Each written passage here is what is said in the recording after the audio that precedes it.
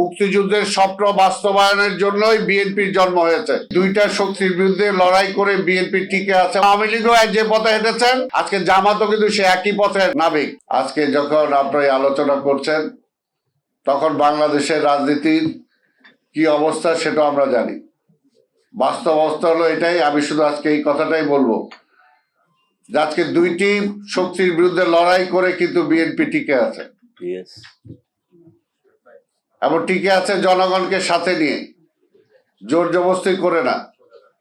যেহেতু জনগণের কথা বলে বিএনপি, জনগণের অধিকার আদায়ের জন্যই বিএনপি সবসময় সচেষ্ট। সেই কারণে জনগণও কিন্তু বিএনপির পক্ষে আছে। আজকে মাত্র কতদিন সময় হয়েছে, এখনই অল্প সময়ের মধ্যেই এই বিএনপিকে, এই পার্লামেন্টকে, এই সরকারকে তারা বিভিন্নভাবে চেষ্টা করছে খাটো করার জন্য এবং দেশের যাতে স্বাভাবিকভাবে চলতে না পারে একটা অস্বাভাবিক পরিস্থিতির দিকে ঠেলে দেওয়ার জন্য। এটা কারা চেতে পারে? যারা দেশকে ভালোবাসে না।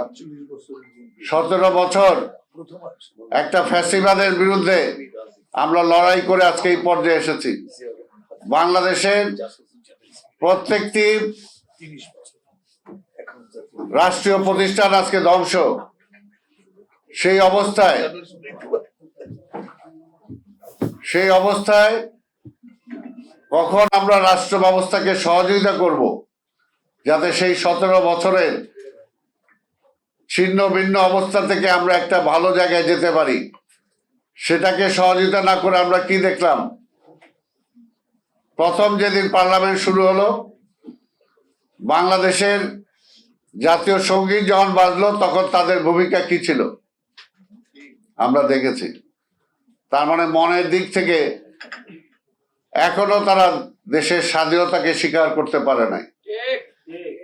এর জন্যই দুইটা শক্তির বিরুদ্ধে লড়াই করে বিএনপি টিকে আছে এবং টিকে থাকবে। এবং এটা কিন্তু পরিষ্কার সত্য কথা। সে একটা কথাই বলবো যে দুইজনের মনেই কিন্তু পাকিস্তান।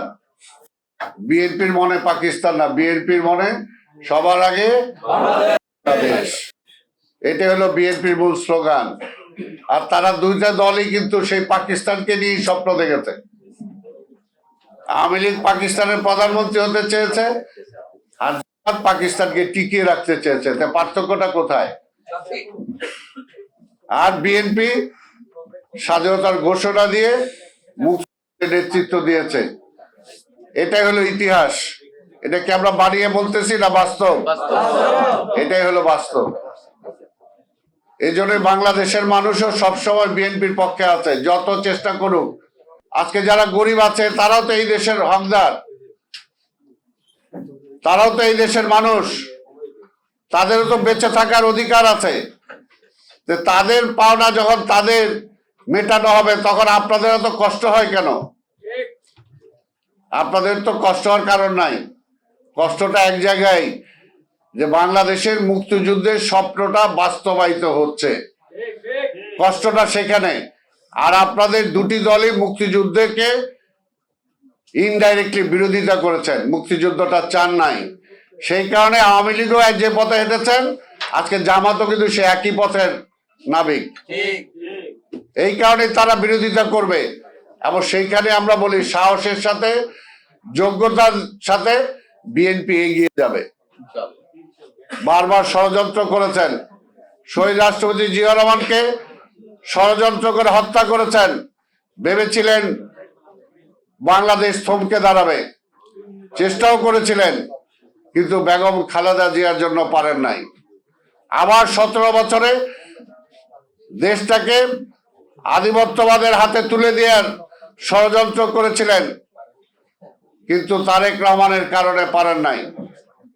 আজকে তাই বলতে চাই, আজকে স্বাধীনতার এই দিবসে দাঁড়িয়ে বলতে চাই একজন মুক্তিযোদ্ধা হিসাবে পরিষ্কার কথা, মুক্তিযুদ্ধের স্বপ্ন বাস্তবায়নের জন্যই বিএনপির জন্ম হয়েছে। আর এই মুক্তিযুদ্ধের স্বপ্নকে বাস্তবায়ন করার জন্য শহীদ রাষ্ট্রপতি জিয়া রহমান বুকে রক্ত দিয়েছেন। আমার নেত্রী বেগম খালেদা জিয়া তার জীবনের বেশিরভাগ সময় দিয়েছেন তিনি মৃত্যুর পথে গিয়েছেন, কিন্তু তবু আপোষ করেন নাই।